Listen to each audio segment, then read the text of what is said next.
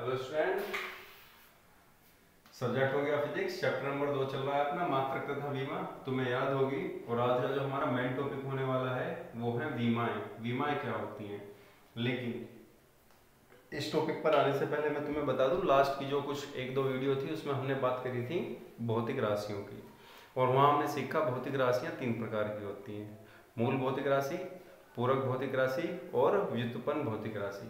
तो मूल भौतिक राशि 7 प्रकार की होती थी। कौन कौन सी हैं वो हम पढ़ चुके हैं लास्ट वीडियो में, पिछली कुछ वीडियो में, है ना। और उसके बाद आती है पूरक भौतिक राशि। वो 2 प्रकार की होती हैं, जानते हो तुम, है ना। समतलीय कोण और ठोस कोण, और उनके मात्रक रेडियन और स्टेरेडियन। इनकी भी परिभाषा हम पिछली वीडियो में पढ़ चुके हैं। और तीसरी होती है व्युत्पन्न भौतिक राशि, जिसको अभी हमने नहीं पढ़ा। उसका एक सिंपल सा कारण ये है, क्योंकि देखिए व्युत्पन्न भौतिक राशि बहुत सारी हैं, है ना।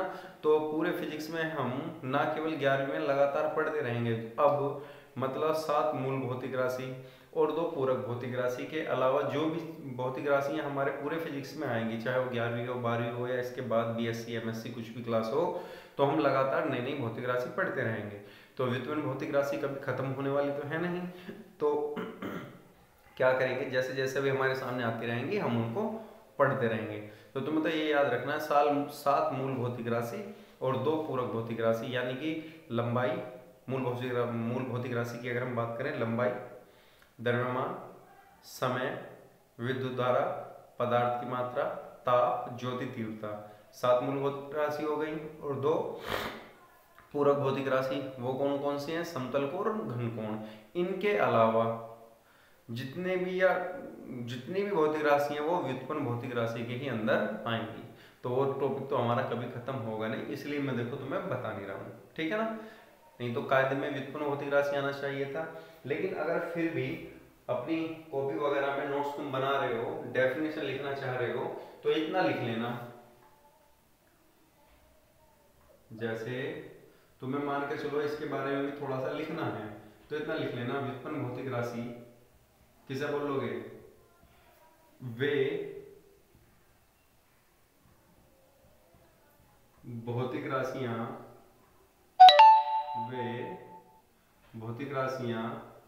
जो मूल भौतिक राशियों से वे भौतिक राशियां जो मूल भौतिक राशियों से प्राप्त की जा सकती हैं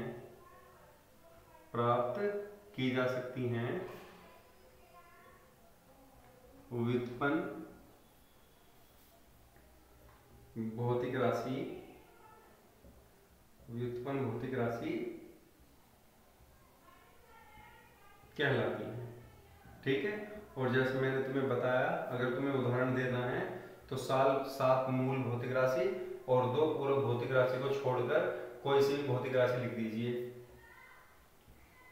चाल, वेग, बल, त्वरण, ऊर्जा, है ना, प्रतिरोध, विभवांतर आदि। क्लियर? उन 7 मूल भौतिक राशि और 2 पूरक भौतिक राशि को छोड़ दो, और सब जितनी भी भौतिक राशि है वो व्युत्पन्न भौतिक राशि ही है। तो अगर लिखना चाहो तो इसकी डेफिनेशन बन जाएगी ये। इतनी बात समझ में आ गई? तो अब हम आ जाते हैं अपने मूल टॉपिक पर, जो है आज का हमारा मूल टॉपिक विमाएं। तो देखो विमाएं क्या होती हैं, समझने का प्रयास करते हैं, जरा ध्यान से देखना। विमाएं क्या है? देखो, जैसे मान के चलो मैं बात करता हूं, मैंने बात की आयतन की। क्लियर? आयतन बराबर क्या होता है? लंबाई गुना चौड़ाई गुना ऊंचाई, ठीक, ये फॉर्मूला होता है। तो अगर मैं आयतन के मात्रक की बात करूं तो लंबाई का मात्रक मीटर, चौड़ाई का मात्रक मीटर और ऊंचाई का मात्रक मीटर हो गया। तो हम इसे लिख देंगे मीटर क्यूब। लिख दिया मीटर क्यूब। अब क्या आया ये मीटर, और मीटर है मूल भौतिक राशि, सॉरी मीटर है मूल मात्रक किसका, लंबाई का, और लंबाई क्या है मूल भौतिक राशि है। ठीक, इसको इंग्लिश में बोल दिया हमने लेंथ। क्लियर है।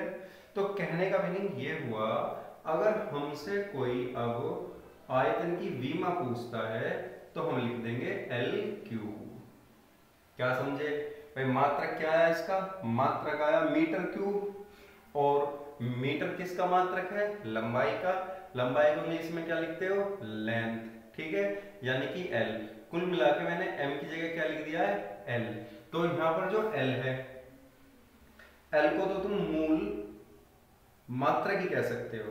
ठीक है, L तो सिर्फ मूल मात्रक है, लेकिन इसके ऊपर जो तुमने लिखा है इसी को बोलते हैं हम विमा। बात समझ में आ गई। तो विमा क्या है, विमा है जब किसी भौतिक राशि के मात्रक को मीटर के स्थान पर L किलोग्राम। अब जैसे देखो, एक बार मैं इसको रोक देता हूं, दोबारा डेफिनेशन बाद में दूंगा, दोबारा सुनो। तो लंबाई का एक कौन कौन से मात्रक पढ़ रखे हैं हमने, मीटर किसका मात्रक है, लंबाई का, सही है। और मूल भौतिक राशि क्या है, और दूसरी मूल भौतिक राशि लंबाई हो गई, दूसरी क्या है समय, समय का मात्रक क्या हो गया सेकंड। ठीक है, और बताओ द्रव्यमान है ना, द्रव्यमान का मात्रक क्या हो गया किलोग्राम। ठीक है, धारा का मात्रक क्या हो गया एम्पियर। ठीक, तो चलो मैं 4 के उदाहरण दे रहा हूं तुम्हें। तो लंबाई का मात्रक क्या हो गया भाई, लंबाई का मात्रक होता है मीटर, और लंबाई को इंग्लिश में बोलते हैं लेंथ। तो हम इसके मात्रक को L भी लिख सकते हैं। बात समझ में आई क्या।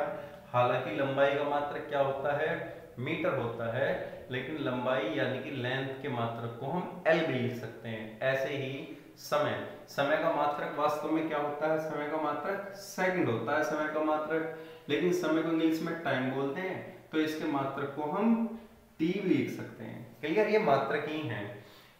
ठीक, अब आया द्रव्यमान। द्रव्यमान का मात्रक वैसे तो होता है किलोग्राम, लेकिन किलोग्राम द्रव्यमान को हम इंग्लिश में मास बोलते हैं, तो इसके मात्रक को हम M भी लिख सकते हैं।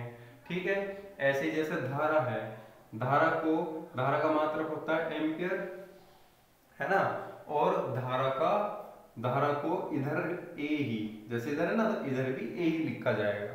तो कहने का मीनिंग, जब हम जो भौतिक राशियां हैं, ये सब क्या है भौतिक राशियां हैं, भौतिक राशियों के मात्रक को मीटर सेकंड किलोग्राम के स्थान पर L T M आदि लिखते हैं, तो इनके ऊपर लगाई जाने वाली घात को विमा कहते हैं। डेफिनेशन क्लियर हो गई, बोलो भाई।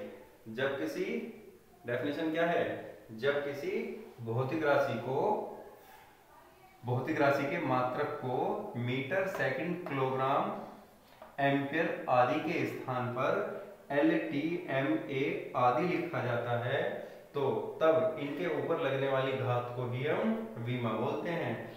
तो ये जो घात है ना, इसी को ही विमा बोलते हैं। तो मैं उम्मीद करता हूँ ये बात तुम्हारे समझ में आ गई होगी। ठीक है, तो अब लिखते हैं विमा की डेफिनेशन। तो विमा की डेफिनेशन क्या बनती है भाई, देखो, जब किसी भौतिक राशि को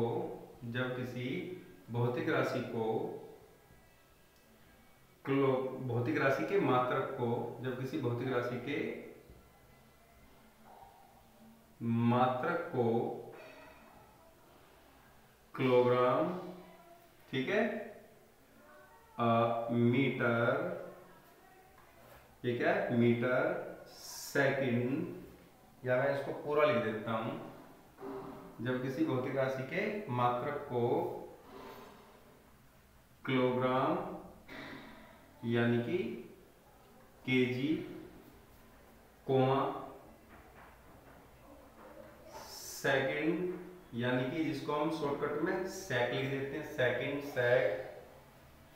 और क्या बताया था, मीटर यानी कि एम, आदि के स्थान पर क्या क्या लिखते हैं, किलोग्राम को, किलोग्राम द्रव्यमान का मात्रक है एम, फिर क्या है सेकंड समय का मात्रक है टी, फिर क्या है मीटर किसका मात्रक है लंबाई का एल, आदि लिखते हैं, तो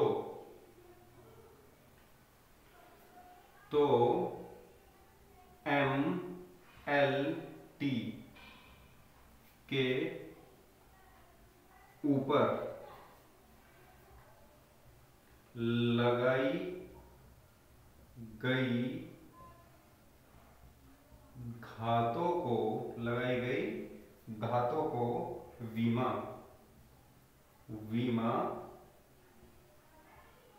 कहते हैं, लगाई गई घातों को वीमा कहते हैं।